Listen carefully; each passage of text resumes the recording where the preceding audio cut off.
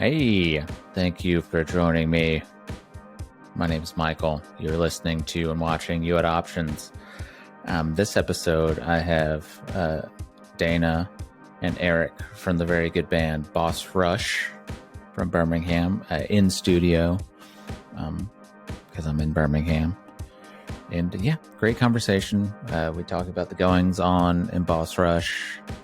We talk about some wrestling a little bit. We talk about post-apocalyptic survival strategies. Very good. Good conversation. Really enjoy talking to them. Yeah, check them out. Boss Rush, wherever you get music streaming. They've got Vagabond End is their latest single that's out. Go catch that wherever you get music. They're working on some new record, so that should be good. Great conversation. Go follow them at boss_rush_music. Go follow at youhadoptions.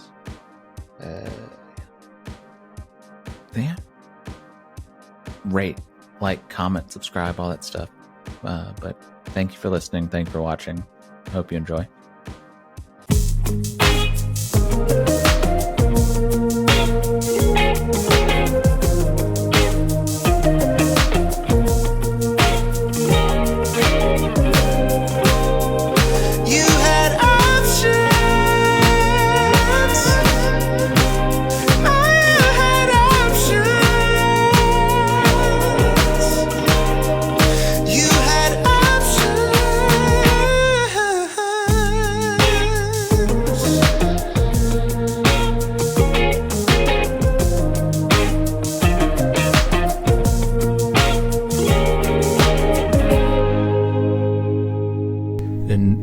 I didn't realize I was wearing a gray shirt.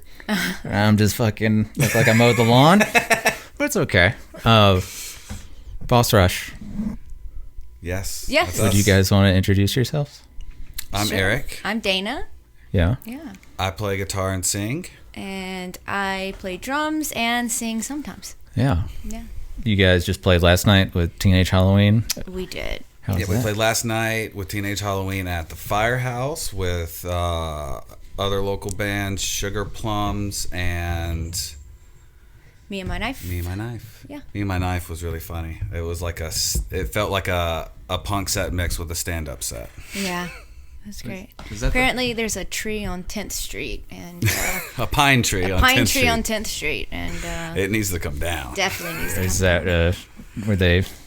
That was the the ongoing running theme of the stand-up in between songs. Okay. Was that their first show back in a while or something?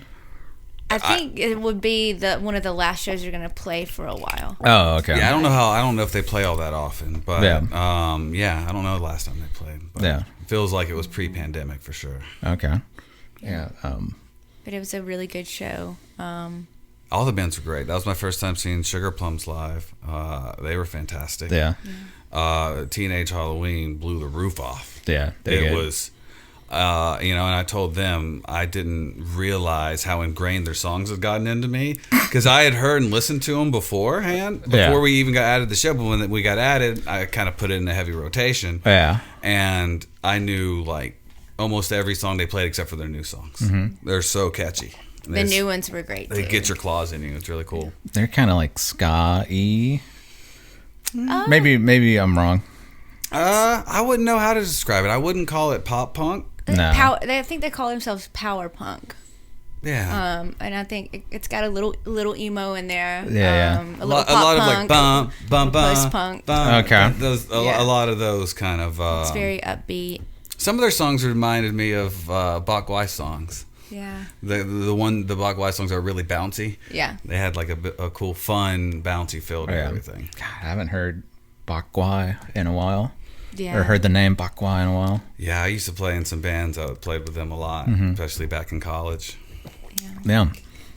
It's a lot of Egan shows. Oh, yeah. I played Egan's one time. It was cool. Yeah. How long ago was it? 20 16. Okay. Yeah. Well, because I know that they've completely renovated under new management now. I think this is the old one. Yeah. I haven't been to it since they've done that, but apparently, like, the old Egan's vibe is kind of gone. The thrill is gone. I mean, surely they don't let you still smoke in there. I don't doubt know. it. But last time I was there, before the renovation and overhaul, you definitely could. And that'd keep a lot of people from going to shows. It's like, I would go, but man, I'm going to wake up tomorrow smelling like shit. You're just like, God, you haven't been to a show that's allowed smoking inside in forever. Yeah, and the place that you played at Egan's was so small. Yeah, like right in front of the dartboard. Yeah, the smallest place. I remember going there the first time to see a band and nobody had set up yet. I was like, so where's the band gonna be? He's like, right here. It's like, all right. So the funny thing is when you're playing, you're just sitting there playing and you're right by the bathroom. Yeah, bathroom. Yeah, so the guy's got to walk by. People walking by, trying not to make eye contact with you while you're playing. Because you might think like, oh yeah, they're getting in my face, they're getting into it. But they're like, can I get No, past? they just need to empty those 3 Bud Lights they just downed. That's right. And it was like, it's a college town, so you get people who had no idea that music was going to be going. Oh yeah, and we just came here to play pool. Yeah, and Negan's is a weird mix because it felt like it had like an older kind of like dive bar crowd, like normal, like regulars, basically. Regulars, yeah. And then students would mingle in, and it wasn't always the best mixture. Yeah, sometimes things would get a little contentious. I feel. Obs eat bugs. Yeah, they used to sell these really cool koozies that said. Auburn fans eat their boogers. Booger eaters, yeah. I forgot. We were somewhere and I forgot where we were, but somebody called somebody a booger eater, but they had not, our guitarist had not heard that term before. He was like, what the fuck are you talking about? He took he wasn't like, oh, it's just like it's a thing. Yeah, I remember my first instance of I probably is like Caddyshack when they're talking where they're seeing the guy pick his nose. Yeah, they're watching him through the bushes. He's like $100 as he eats it. It's so weird. What a weird. Is there roots to that booger eater? Like the phrase or just people doing it? No, just being Auburn. Just I mean, since people had fingers, they've been eating boogers. Yeah. Right? Yeah. I just think it's because everybody at Auburn sucks and they eat their boogers. And that's probably why they say that. Damn. Maybe maybe every time Auburn fans came in, they ate their boogers. So I just think it's a widely known fact that they eat their boogers, and then it's because they're from Auburn, and I think that's what people from Auburn do. Did y'all go to Alabama together? Yes. We did. Oh yes. Wow. We actually met in high school. Yeah. Damn. Yeah. So Eric was in a band that was playing at Cave 9. Oh, okay. And Cave 9 was like the DIY all ages venue back in the day in Birmingham. And my friend was dating the drummer from his band, so I went to see them my first show at Cave 9, and that's how we met. Okay. So, yeah. Did y'all start dating? Yeah. Probably a couple weeks after that. We've been together. I did the math. We've been together in my life longer than we've not been together now. Damn. It's been a minute. So yeah, I don't even know all the years anymore. Yeah, it's been a while. Damn. So we were married in 2011. Yeah. So Cave 9 was awesome, and that's kind of the. That's what got us into the punk scene. Yeah. Starting to go to shows at Cave 9. I remember, starting to listen to bands that were a little more DIY and independent. I really got into Against Me. Yeah. And bands like Strike Anywhere. Yeah. And then I was like, and you hear they're coming to Birmingham. It's like, no fucking where? Yeah. And then you hear about Cave 9 and you go and it's like, wow, this is the coolest thing in the world. Mm-hmm. Yeah. And then we quickly got a band together and started playing shows and they let us. I couldn't believe that. That surprised us the most. And it was just a really great community. Yeah. Yeah. And that same community still exists. It's migrated over to the Firehouse now. Yeah. That's one cool thing about Birmingham is there's a lot of bands. It seems like bands are popping up, and not just a lot of bands, a lot of good bands. Right? Yeah, not just Yeah. And the real DIY mindset, like grab an instrument, pick it up, start a band. Yeah. Like there's a place for you to play. Yeah. So I love that about Birmingham, how the DIY scene is so active. Yeah. Definitely no shortage of shows to go to. Yeah, it's like some days it's like every day of the week. I'll see people posting. Definitely. Oh yeah, and I mean now there's a new venue we haven't even been to yet, the LCY Media. Oh yeah, we went to one show there. Who did you see? It's pretty cool. No Cure, hardcore, straight edge band. Yeah. Yeah, it's cool. I don't know. My girlfriend and I were talking after the show. We were like, "Fuck, this might be the first time I feel like old at a show." It was a real young crew there. Yeah. Yeah. Well, we're thinking of we have a show. But it's great. We have a show booked there in like June or something. Yeah. So we'll definitely see it then. But we're thinking of going Sunday to go see Military Gun. Ooh, yeah. Because they're killer. Yeah. But we're also seeing Bass Drum of Death on Saturday. Speaking of having a lot of shows in Birmingham to go see, so I'm just hoping I can keep up the energy and still want to go on Sunday. Yeah, they got who Anti-Flags Yeah, playing there? Anti-Flags playing there. It's fucking crazy. Who's opening for them? I don't know about Anti-Flag. Oh, it was that new band. I can't think of their name, but it's that video that was filmed at LCY Media. I can't remember what their name was, but I saw the video and it was really good. I hate that I can't remember their name. Commodity. Yeah, Yes. That's what I saw. They're the ones opening for Anti-Flag, and I saw that video. And I thought, wow, that was really good. Tommy plays bass in that band. Yeah, that's right. Yeah. He plays bass in like 9 bands. That's another thing. Another People who are in Birmingham bands thing, are in a lot of bands. Yeah. Especially if you're a drummer. Yes. Especially. Yeah. Yes. Drummers are, tough to come by. Yeah. How the cats are going buck wild. It's Oh, okay. I can. My cats do it at home all the time. I can easily tune it out. Okay. Don't worry. I've already forgot it was there. Okay. How long has Boss Rush been a thing? 2018. Yeah, I think maybe 2019, beginning of 2019. Yeah. It's probably when we played our first shows. But we were in a 3-piece called Hot Gin, and our bass player just got a job somewhere else, picked up and moved to Pensacola. And we just said, hey, it'd be really easy if it was just us. I bet we could work it out, seeing bands like the Evens. And there's a lot of bands who pull off the duo really well. Like Royal Blood does it good. Big business. Japandroids, right? Japandroids, yeah. So kind of had that vision of just having 2 people and just writing simpler songs with more emphasis on vocal melodies. Yeah.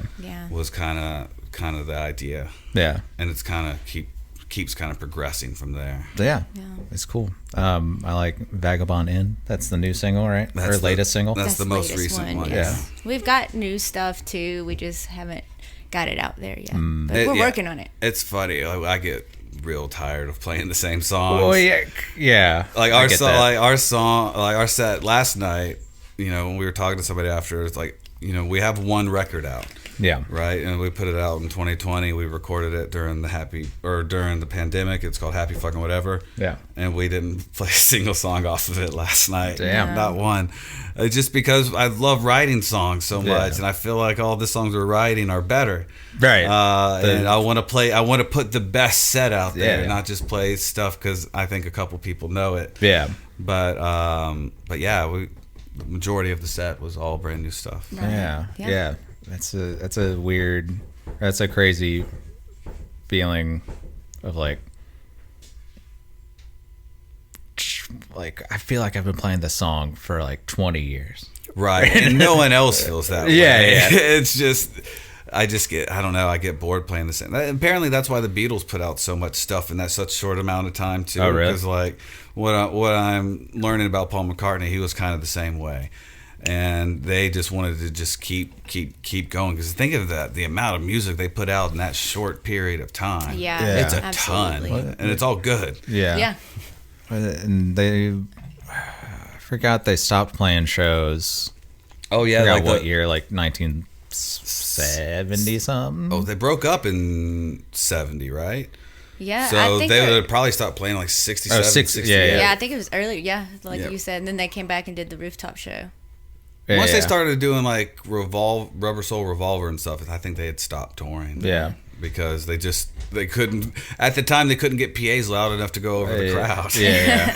Yeah, I watched some of the videos of them playing like Wrigley Field. And it's just like, you can't hear shit, just screaming. And yeah. That Ron Howard documentary talks a lot about that. Yeah. I liked, was Ron Howard, was that the one where it's like the 4-part?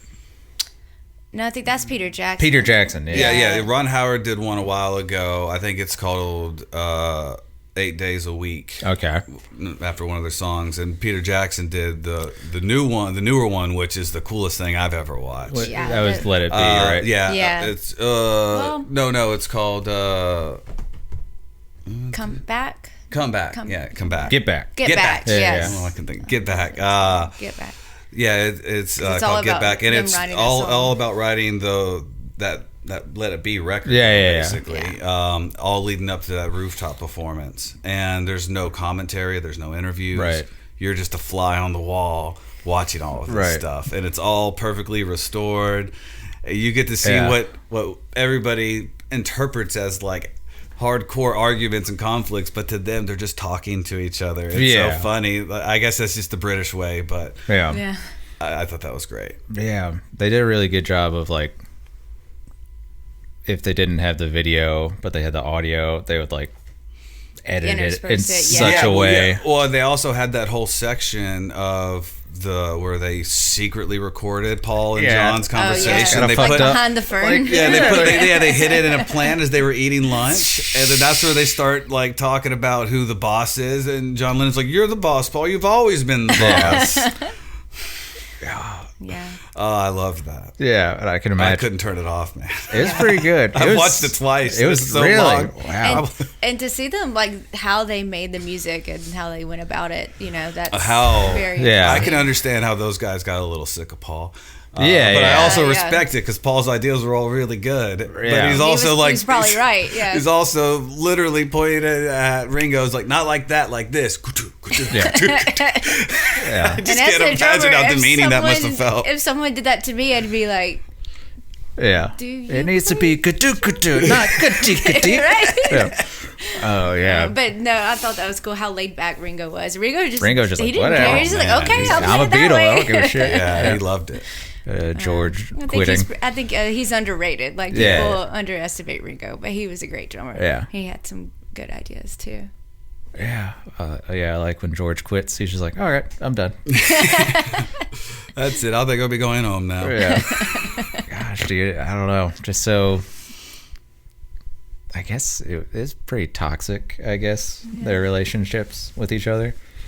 It seemed like it. Yeah. And you gotta imagine they knew cameras were going too. Yeah, so a lot of it was probably much worse than how it was shown, even. Right. Yeah. But I love all that stuff, and I love like how they wanted to. I love they don't want to do the same thing ever again. They're like, well, we've done albums, so what should we do now? We should do a live album. Yeah.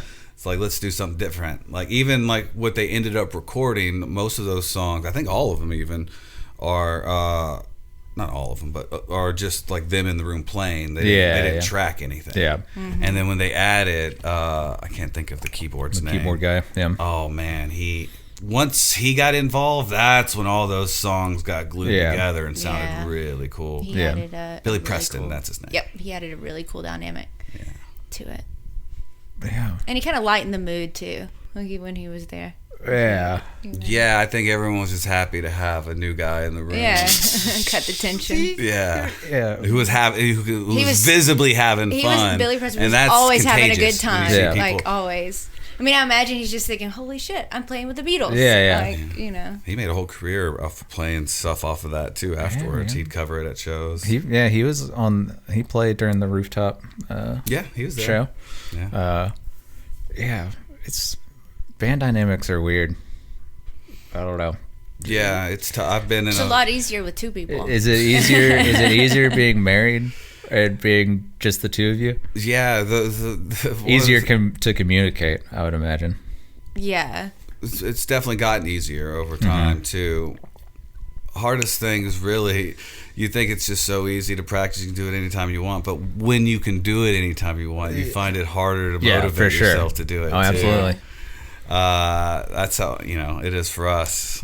Yeah. You have to be rigorous, because I need practices. If I go too long without singing, like, it's a train wreck whenever I come back. Like, that's a muscle that needs to constantly be flexed for me. Yeah. Do y'all just practice at your house, or do you have a space? We have a basement, and so we practice in the basement. We're very lucky. We're pretty spaced out between houses, and the basement, half of it's completely underground. Okay. So we crank it up, and no one said anything yet. We've been living there 5 years now, going on 6. So that's where we recorded the first album. We recorded everything. We recorded everything in the basement, and we also did some live shows during COVID. So that was nice to be able to have a place that we could participate in live shows. That's Brian Burks put on some of those live punk rock art shows. Oh, cool. Yeah. And so that was cool, because there was a lot of people from all over the USA tuning in to. We had days and days on one of those. Yeah. Oh, damn. Yeah. So and we got to play right after them, either right after them or right before them. I can't remember, but that was the first one that he did. The first one he did was ginormous. There's been a couple times that we've done stuff that you can actually visibly see a spike in metrics. Yeah. Doing that was one, and the other was when Salvo got back together to play at Saturn for the first time, and they had us open. Damn. That was, it was a sold out show. Yeah. So that was such a fun show. And I was so happy we didn't suck. If there's one time you don't want to suck, it's then, because it was a careful mixture of hey, I want to come out, I want to make sure I'm hyping them up for the guys coming out, because that's what we're really there to do. Yeah. But and also play the songs and play them well, and those two things, when you go and look at everything, there's a visible spike and all this stuff surrounding those shows, and I like it when stuff like that happens. That's cool.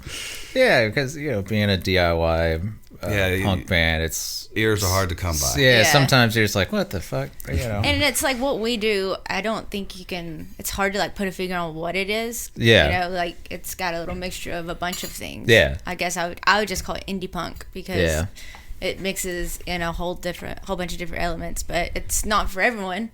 But it's for some people. So finding those people, Yeah.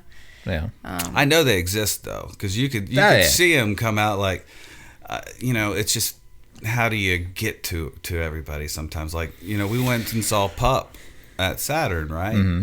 That place was packed out. Yeah. And I have a feeling that if you could get your music in front of those people, a good percentage of them would like it and want to support it. Yeah. And it's just, how do you get there? How do you get those people who are coming out to the big shows to come out to the not so big shows too? Yeah. Yeah, and it's hard. You just got to keep grinding, keep doing it. And there's so many bands too. When you have so many options, you kind of have to. I've definitely had to pick and choose between shows before, or skip around and go to 2 to 3 different shows in one night. So, which is a good problem to have. I'd rather have a robust music scene than not one at all. So and it's Before Cave 9, there was the Boiler Room and stuff like that, but there's so few spots for these kind of shows to be happening. Yeah. So I feel silly to complain about oversaturation and venues competing for shows and stuff. There's something for everybody all the time. It really is, yes. Yeah. Which is nice. And there's there's a bunch of house shows going on. Yeah, the Ask a Punk shows. Yeah, that seems to be. The Hatch is one. Yeah, the Hatch is what I'm thinking of. Then they were doing shows in Morris, over in Morris. I think maybe the Audiophile people. I can't remember what that venue was called. So I think they still do sometimes. So you can find some house shows too, which I love a house show. Oh yeah. So it's been a minute since we've played one, but I love a house show. Yeah. We did a lot in Tuscaloosa. House shows are the thing in Tuscaloosa. Yeah. Yeah, somebody just bring a PA and Yeah, We're that's good to go. Just mic up the vocals. Yeah. You're not micing anything else. Nah, up. hell no. Wow. Yeah. No, you don't have a mic stand. You're like taping it to a vacuum cleaner or something. You got this old lamp. Yeah. Yeah. But you can. Vacuum cleaner. I saw one show where they strung it up to a chandelier and had it hanging. It's like a boxing I'm announcer. pretty sure the chandelier fell that night. Like, my I'm God. almost 100% positive. I remember at Bagwai at a house show at the Squirrel House. Bagwai was playing, and my buddy BJ was there, and everyone was getting into the music. They had one of those really tall, like old school stereo cabinets that has Oh, Like with the fake wood. with the fake wood on the side, and it's got the And the push, glass the that you push could glass push. Yes, that's you put- magnetized. Yeah. Yeah. He knocked into that thing, and it went tumbling. I mean, glass Old school. everywhere. Oh, The some sound of that glass shattering stopped everything. Oh Like, yeah, everything the stopped. entire house. Like and the everyone only just thing you stopped. can do after that is just run. Sorry, he just bolted. Oh man. And it's like, yeah, I knew when it happened. I was like, oh no. Somebody's Meemaw was gonna be very upset. Knocked over her. Oh man, I don't know why they had the old stereo system. It had to be college kids living there. Yeah. It was right off the strip. Was there a It'd precious? been like 07, 08, something like that.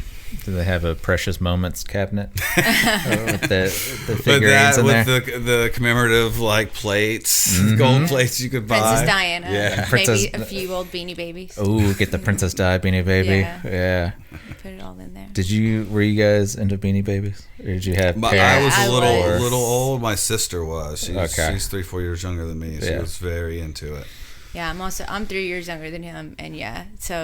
You're the prime. And I don't know if I was so much into it. I swear to God, my family was more into it. Like, they were obsessed with buying these Beanie Babies, Yeah. and they would bring them home. I'd be like, cool, I'm going to put it with all the other Beanie Babies. And Collecting's fun. Yeah. I get it. Like I collect retro video games. I like okay. that. That's very fun. yeah, Like SNES, NES cartridges, Yeah. stuff like that. Okay. yeah. But whatever happened to all the Beanie Babies? Where are Oh, all the Beanie they're They're- all at the flea markets and thrift shops. They're there. Beanie Babies are trying to make a comeback too.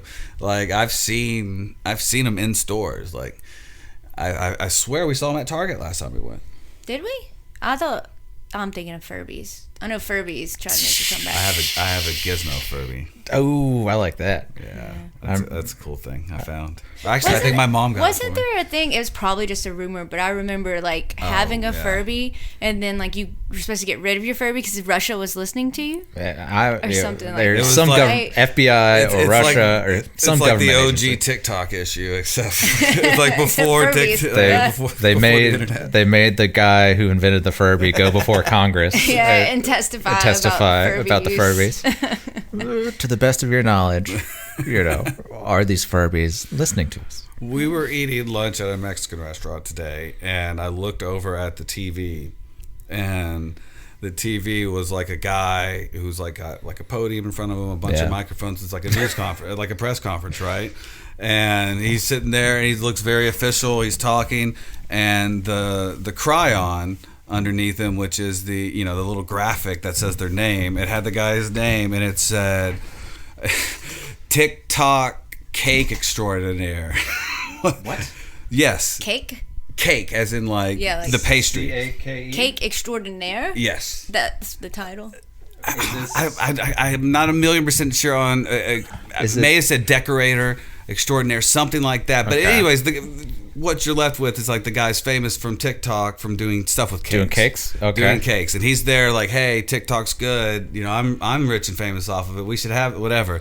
And I just thought like, if this isn't a dystopian. Oh yeah, yeah, man. I mean, if we aren't in dystopian times now, I mean, they're coming. Oh, I mean, yeah. when you start seeing TikTok cake extraordinaire on the news telling us that we need Before to keep an Congress, app, I mean, things are getting bad. I'm just saying, you might want to get a couple extra gallons of water in the basement just in case. I think y'all know Jim Baker. Oh yeah, get the you some- terrible survivalist food. Get you some food buckets, which also once it's empty, he says this, it doubles as like a latrine.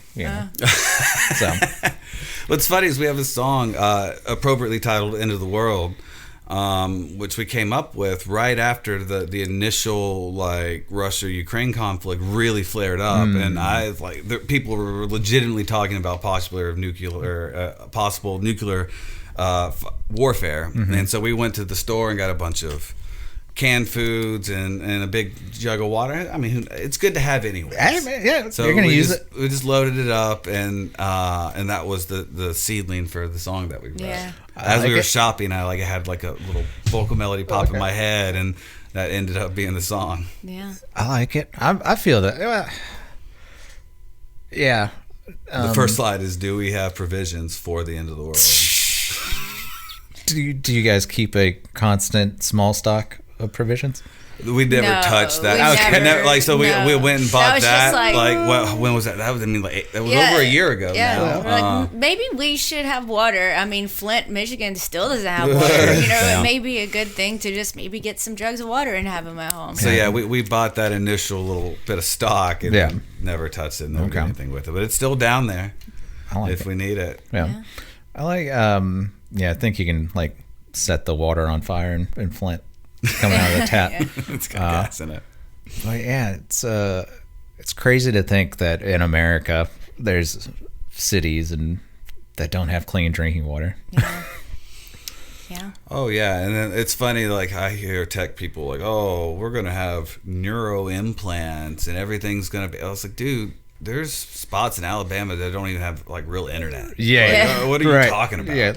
Sure, maybe that technology will exist and you can do it, but you're not getting that mandated to the population, or it's not going to be even the majority of it. Yeah. I mean, people will take a vaccine, let alone a Neuralink. Yeah. Yeah. Neuralink's kind of scary. Or it's just, I wouldn't do it. What? So weird. For what? So you have faster access to the internet? I guess so you can think about your DoorDash order and order it? Taco Bell, Montclair Boulevard. Let's just all not move at all anymore. We can just sit. What is it? WALL-E. It's the humans on WALL-E. Oh, I've not seen WALL-E, but I hear it's great and it's got a really good soundtrack. It's good. It's sad. It's one of those like Pixar. It's very little dialogue, right? Yeah, because WALL-E just says like WALL-E, and then he falls in love with a robot who can speak. But the humans are all like. I bet you that's when rascals. I bet you when WALL-E meets the robot that speaks, that's when the exposition starts to kick in. Oh yeah. It starts getting going. But yeah, the humans are in like rascals with like monitors in front of them, and they're just like kind of like South Park characters or something. Oh, it almost sounds like that Black Mirror episode where the guy's just on the bike the whole time with. He's getting like credits or something. Yeah. Are you guys super into sci-fi? I mean, a lot of sci-fi. Mm-hmm. I'm very, very into Star Trek TNG. Okay, that's probably like my favorite thing. Yeah. And I like general sci-fi outside of that. It needs a good premise, right? Yeah. If it get a good weird hook into it, like even a movie as silly as like that End Time movie with Justin Timberlake. That movie's like weird and not great, but the premise is just good enough for me to like it. Yeah. Yeah. I like sci-fi. TNG is great. I fall asleep to TNG like every night. I watch, just turn it on. It's easy to watch, and I like mystery as well. Mystery thrillers. Ooh. That's like my cup of tea. Have you watched Infinity Pool? I have not. You know about this? I don't even know about this. Mia Goth from X and Pearl. No, these horror movies. Said 3 things to me I don't know. I'm dropping knowledge here. But Infinity Pool is worth a watch. Cool. It's a reference to like an infinity pool that you swim in. Yeah. That's good. Good sci-fi. I'm trying to think of good sci-fi I've seen recently. Have you seen Severance? Oh yeah, love Severance. Severance is great. Love Severance. The egg. You get an egg party. Yeah. All that weird shit. Yeah. Because I don't know. I've worked in offices where it's like, what are we doing? Like, what are we working on? I had one job where I was literally watching like files transfer from hospitals to insurance companies and like back. And that was it. It was just like, do I really need to be here for this? Right, exactly. And But yeah, I love Severance. I love the idea of like, you got your home person and you got the work person who's like trapped and they don't know about. And I love how the kids or the whatever. two worlds start to collide, and that's where all your kind of conflict is coming from. Yeah, that's a great one. I think when we wrote Into the World as well, we had just watched that. Was it an HBO series about the end of the world and in the airport hangar? Oh, Station 11. Yeah, we had watched that as well recently. Yeah. It was on HBO Max, I think. Yeah, that was that show was pretty cool. Station 11's good. It was a little bit of a slow burn at the beginning. Yeah, but I just love how it shifted gears. It's like you were there witnessing the whole event, and then it goes on, and they do a good job of kind of picking up the story after the big time gap. Yeah, I think my favorite storyline is the airport and the just the guy before the event happens and then he becomes like the king of the airport. I'm king of the airport. Yeah. I read the woman who wrote that, I forgot her name, but she came out with this cool another sci-fi book after that called Sea of Tranquility. It's good. It's timey-wimey stuff in it. I love David Cross. Yeah. In Station 11. That was like the last person I was expecting to see. He on the golf course. Yeah. Right? Yeah. Oh, gosh. Theater group. Yeah. He was like the leader of the theater troupe or whatever. Yeah, they were like traveling theater troupe. Trying to provide entertainment in the apocalypse. Yeah. Gosh, that's so weird. Like, would you, if there was an apocalypse, would you guys be like Mad Max, like warlord people, or would you be like... I've always kind of envisioned if there were an apocalypse, I'd hope it'd be like The Last Man on Earth, if you ever watched that show. Yeah. I don't want it to be like that. Yeah. Where just a handful of people, that's it. Period. Anytime, I think once you get into double digits of people, I think that's where problems are going to start happening. Yeah. I think then there's half the people who are like, I think this guy should be the leader, and I was like, I don't think we should have any leader. What are you talking about? And then that's I always hate when like you have all of these exterior problems, and then your problems are within the community trying to withstand it. That's why I hated The Walking Dead, right? Like there's zombies everywhere. Why are you killing each other? Yeah, like that's so frustrating to me. Sometimes the humans are the real bad guys. I stopped watching that show when they got into the prison. Yeah, it kind of. I hear I didn't miss much. There's like how many seasons? Like 12 seasons or something crazy. Oh, I mean, they kept it going, and then they tried to do a spinoff afterwards. I'd like to think in an apocalypse. I mean, I do. I'm very optimistic. Have a lot of willpower, But like realistically, I'm probably gonna die pretty soon. Think so? Like, I don't run that fast. First, I feel like you need to be a fast runner, not that strong.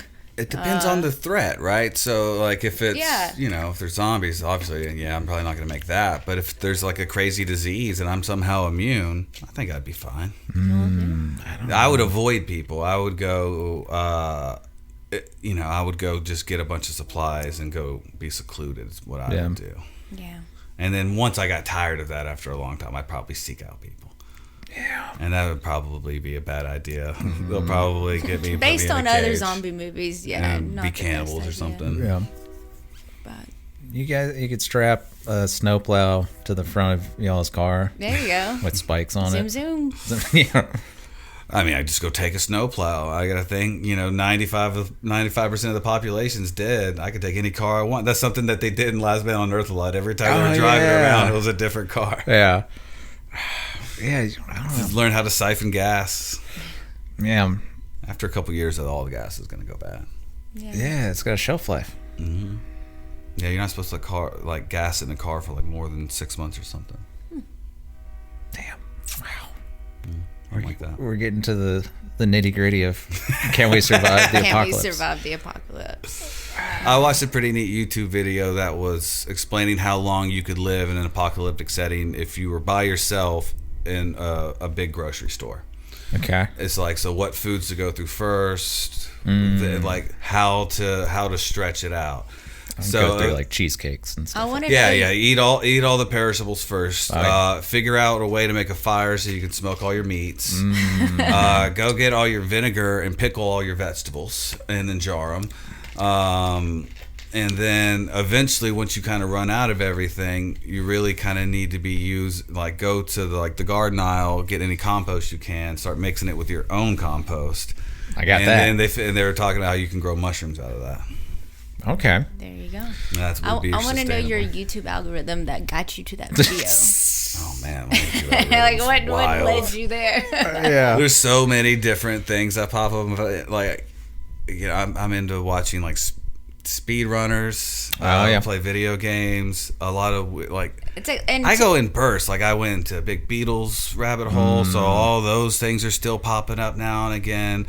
I went on a wrestling, like 90s wrestling rabbit hole. So I get all of those WCW, WWF videos being thrown at me. Yeah. I don't know. That was one. What caught me and got me to click it was just like it had a good, straightforward title and thumbnail. How long could you live in the apocalypse locked in a grocery store? And I was like, how long could I? Yeah, it was with the white outline around their face. Yep.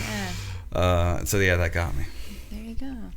But yeah, I probably watch too much YouTube, if anything. You get sucked up, and it's like, oh, what about this video? What about this video? And then it keeps just feeding you. It all started, like I remember when YouTube was real fresh and just watching stuff like, Cinemassacre, Angry Video Game Nerd, that kind of stuff. And then it just kind of became more and more and more of just steady programming from really good channels that just kind of keep you hooked. Yeah, now you can find anything. What's cool is you can fix anything on your own, basically, too. I think that's, That's really cool, too. And people have I love the people that are pissed off at, like, the tutorials that are too long. It's like, how do you replace the car battery on a 94 Chevy? And then, like, there was a video that existed already, and a guy's like, well, in today's video, what we're going to do is... Let me paint a picture for you. And we're going to need this item, this item, this item. And then there's the reply video is just like, you do this, this, and this. Yeah. Done. 17 seconds. Yeah. I love that. Yeah, I like it. And sometimes people try and... It's like a joke now for any recipe online where it's like a long intro of like, well, my grandmother used to make these lemon icebox lemon cake recipe. Oh, that would frustrate Dana all the time because she's the one looking up recipes. Yeah, and it's funny. I like Bill Burr a lot, and I was listening to his podcast, and he goes off on rants about. Oh yeah, that's his whole podcast. Yeah. He hates that. Like he must have went on a 20-minute tangent about these people writing these super long stories for their recipes. Yeah.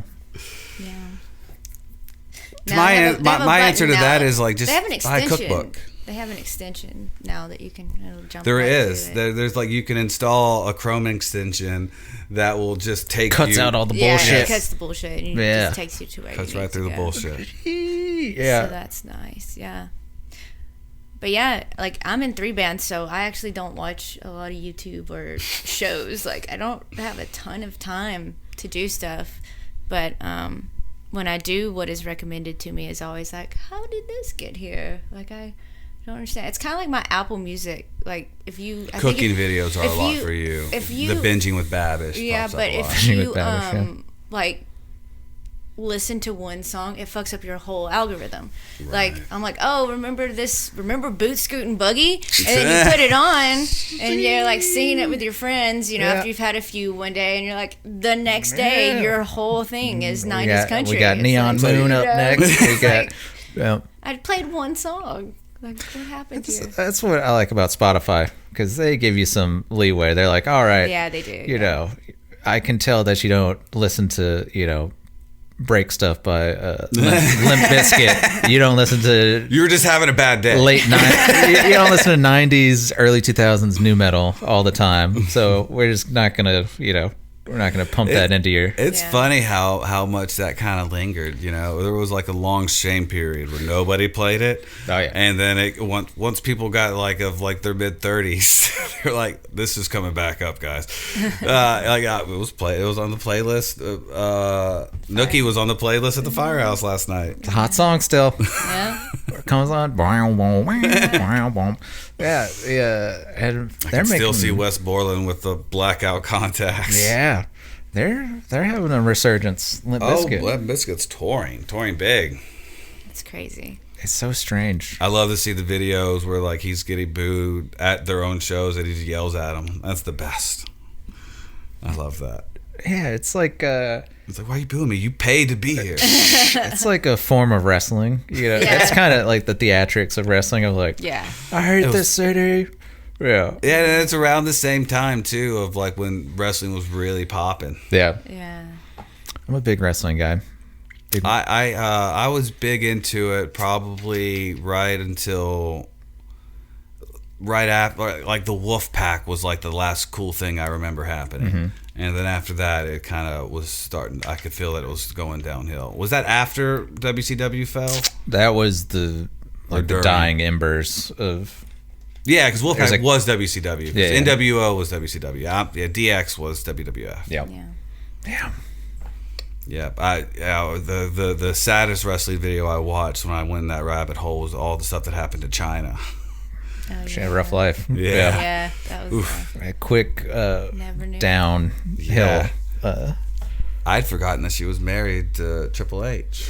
Yeah. And then I think she got married to X-Pac, a fellow wrestler. Yeah. He had a bunch of different names too. That was another thing learning. That was another thing. Pac. Yeah. That was another thing learning about all those people. How many different iterations of characters that they went through. Yeah. I didn't know that Gold Dust was Dusty Rhodes. Yeah. And that he was like, that's his son. Yeah. And he brought and he brought great shame to his family by doing that character. Yeah. That made it much more interesting to me. Because it was like mid to late 90s when that was happening. It's like it's a trans person, the character pretty much, and like I think he told Vince McMahon he was willing to go as far as get breast implants, like for the character. They're just like, that's dedication to the art. Something. Yeah. Something.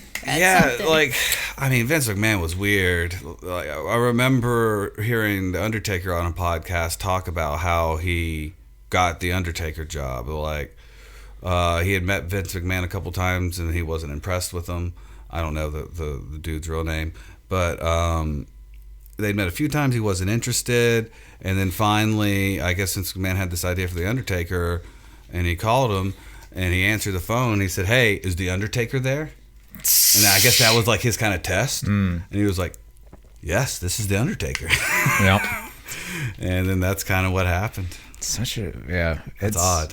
Wrestling, like the lifestyle is pretty much like being a touring punk band. Yeah. Kind of. Yeah. With the harder set each night. Yeah. and a good fair amount of steroids. Yeah. Do that. It's probably a little harder to learn your lines. But yeah, it's like independent wrestling is like the for sure the punk touring version. The ECWs. Yeah. I didn't want to turn this into a wrestling podcast, but I do love wrestling. No, it was super. I mean, it hit me at that kind of formative time when I was watching that a lot. Usually once you kind of start getting out of wrestling, that's when when I kind of started getting into music and hanging out with my friends more and things like that. Yeah. I feel like it was huge in the late 90s. Oh yeah, like I know it's still huge. Like everyone was into it. Yeah. I'd still fuck with Steve Austin. He's badass. Yeah, he's still cool. He's got a podcast, I'm sure. Oh yeah. Yeah, probably. He does. Yeah, wrestling podcast. I know. There's a lot of podcasts out there. Yeah, anybody can do it.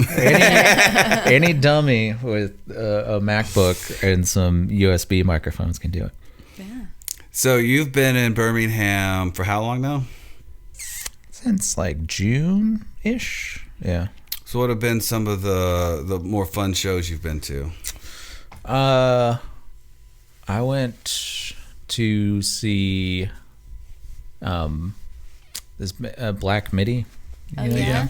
I went to their show at Saturn. Yep. Yeah, I was like, I had heard songs before, but I hadn't seen like videos or anything. I didn't know what they looked like. Yeah. Or, we're so lucky to have that venue, Saturn. Oh, it's great. It's just the best venue of all time. It is. Yeah. And Brian is awesome. Yeah. And they're really supportive of local bands, which is great. So. Yeah. It's a Black Midi. Black Midi. Where else? You were at that punk rock art show. So y'all at that was a punk night. Yeah, the punk night. Yeah. I've been to a couple of shows Brian's put on. Brian Burke's. Have you gotten to go to a Firehouse show yet? Yeah, I went to the one where y'all played with Qualifier. And She, he. Yeah. Yeah. It's a tough one. I say it wrong every time. Shahihi. Yeah. It's too many words that are similar. Yeah. But yeah, it's, I don't know, it's cool. The music scene here is great. And like, I'm sure there's politicking and drama among people, but I've noticed I haven't seen too much of it. Yeah, but it's mostly supportive is what I've seen. Most people are very supportive. There is drama as humans. Any community, any kind of scene, but that's me. I'm gonna bring the drama to the scene. So let's come up with a good clickbait drama topic. Ooh, something you could throw on the thumbnail. Oh yeah. Oh man, this band fucking sucks. Yeah. Oh man. No, I'm not a drama guy. I'm easygoing. Yeah. Yeah. But it's another thing, being in a two-piece, very helpful. Yeah. There's just not drama and conflict, which is great. It's awesome. Yeah. And like, if I'm sure y'all have been in a bunch of bands, so it's like you've had members that I've had members in bands where I'm like, God, I don't want to not even you, be it's around other this guy. people that are in your same band, and you're just like. Sometimes people don't get it, and you want to be nice and drop hints. It's so hard to be. I avoid conflict at any circumstance that I can't avoid it. It's not fun. I don't like it. It's uncomfortable. So it's a lot. And when you're in situations like that, and you're dropping a lot of hints. You're trying to be cool about it. Everything but be direct and communicative like you're supposed to be. Yeah. So and that can breed contention. Yeah, and like. You got three people out of four are all on the same page, and the fourth person is just like, well, I don't want to tour, play shows, or whatever, Yeah, that seems to happen to a lot of bands. It's like people are doing starting to get some good stuff going locally, and they're like, hey, well, let's go on tour. And someone's like, yeah, I don't want to do that. I got work and school. Yeah, and I don't want to fool with that. Yeah, it's hard. And you get it, and we've been on a tour, and it's hard. It's a lifestyle. Yeah, it's hard. It's very, very, very tiring. A lot of driving. Not a lot of sleeping. No, you don't get a lot of sleep, and you start to build a routine while you're doing it, and just like exactly when I need to break down my gear to get out of here as quickly as possible. Like, who's the person I talk to about money? It's like, what time is it? What time into the show is it okay to reach out to somebody? Like, hey, so who do I talk to about this? Because we have to go so and so in the morning, and we'd like to get out of here. Not to be mean, we're gonna stay and watch all the bands, right. But I like the time where as soon as the last chord is said, I'm walking out of the door when you're on tour. Anyways. Yeah. Well, sometimes you have to. If you have time, that's awesome. Like a lot of the shows where we got to stay, because we didn't have to immediately go to the next place. Those were the best. Yes, that's very fun. When you can spend some time, and hang out a little more, and not have to. Yeah. But what's awesome is all the bands on tour were always great. Yes, all the bands we played with were good. All the bands were cool. And I feel that way about Birmingham too. Like when touring bands come through, you got to take care of. Super supportive, and like Teenage Halloween, they were great. Yeah, Yeah, and that goes a long way for touring bands. Like, oh shit, you have it's a community of people, and so it's like, well, you gotta go to Birmingham and yada yada yada, and you shouldn't go to X city for because it's terrible. There's some cities you cannot recommend for sure. Yeah. Oh yeah. Well, yeah. What's next for Boss Rush?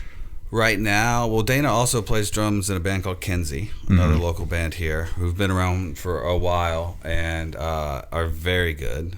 They call it jazz punk. Jazz punk, yeah. So like very influenced by jazz and It's I like it. I think jazz punk is a good description of it. That's cool. So Daina's been playing with them for the last couple years now. It's been about 2 years. 2 years, yeah, maybe 2 years. So they've been writing some stuff. Nice. So the next move is going to be a Boss Rush Kenzie split. Ooh. Yeah. We're both going to have 3 tracks on it. Yeah. Which we're excited. We're nearly done with the production part of it. I got to do vocals on one more track and just a couple other little things. Kenzie, I believe, is almost done. I have a few more percussion parts to track. Okay. And right now we just got to put a glockenspiel in one song. Oh yeah. So we're doing that next week. Yep. So that should be fun. And then from there we'll have to talk. We're gonna start talking artwork and if we want to do a 7-inch or if we want to do a tape. 7 inches are just so expensive and they take so long to come back. It's like a million years now. Tapes are much cheaper and come back a lot quicker. Yeah. So I don't know. We haven't had all those conversations yet, but That's the fun part. Though. I'd say look to the fall for something like that, and in the background of all of that, we're writing a bunch of new songs, songs that we like a lot, cool. And so the idea is, as soon as we get like a little stretch of time, just go ahead and track a bunch of drums for an EP that we're gonna put out of ourselves. Yeah. If there's enough, My Jorts Records, is that the? That's it. That's the record label. Yeah. That's I like it. That's our own little thing that we kind of set up to put stuff out through. So if we do, it just depends on how much material there is. If we end up writing more songs and there's enough for a full length, maybe we'll do that. But I like the idea of trimming all the fat and just having the best of the best songs. Maybe 5-6 songs on something. Yeah. And put it out on some kind of physical media. I don't know about doing another record pressing. It's just so expensive and so costly. Expensive, yeah. It's a time sink, money sink. Yeah.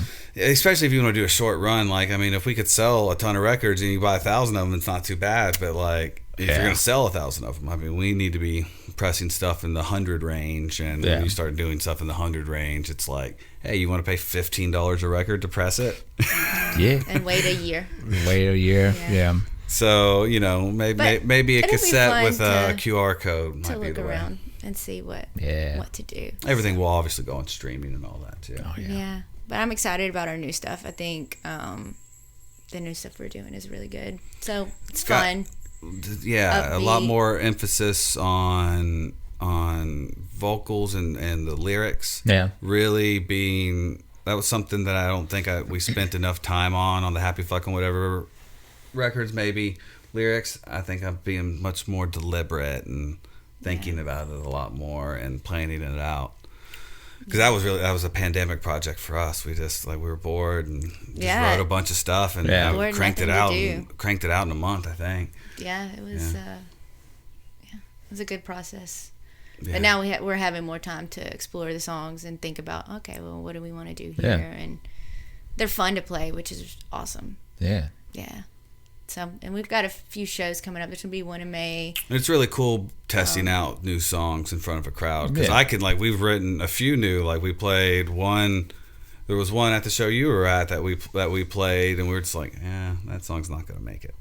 I could just tell by the crowd reaction that one wasn't getting it. I thought it was going to be way cooler than it was, and it was falling on deaf ears. So I've got to either retool that or just, Yeah. But the ones that are working, we feel like are really working. Nice. Yeah.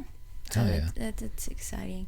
We've got a few shows coming up, and one in May, and then 2 in July as well. So April as well. April. Our newest one is April 22nd, right? Punk Rock Art Show. Punk Rock Art Show. Yeah. And then there's a date in June that hasn't been announced yet that will be at LCY Media for the first time. Nice. Other than that, things always just sometimes things pop up last second too. Yeah. Bands fall out, whatever. We're always trying to get reps in, especially at the venues we love, like Firehouse Saturday and stuff like that. Yeah. Hell yeah. All right. Yeah. Well, Daina and Eric, you had options, but you decided to talk to me. Yeah. I appreciate it. Yeah. Thanks for having us. Tagline.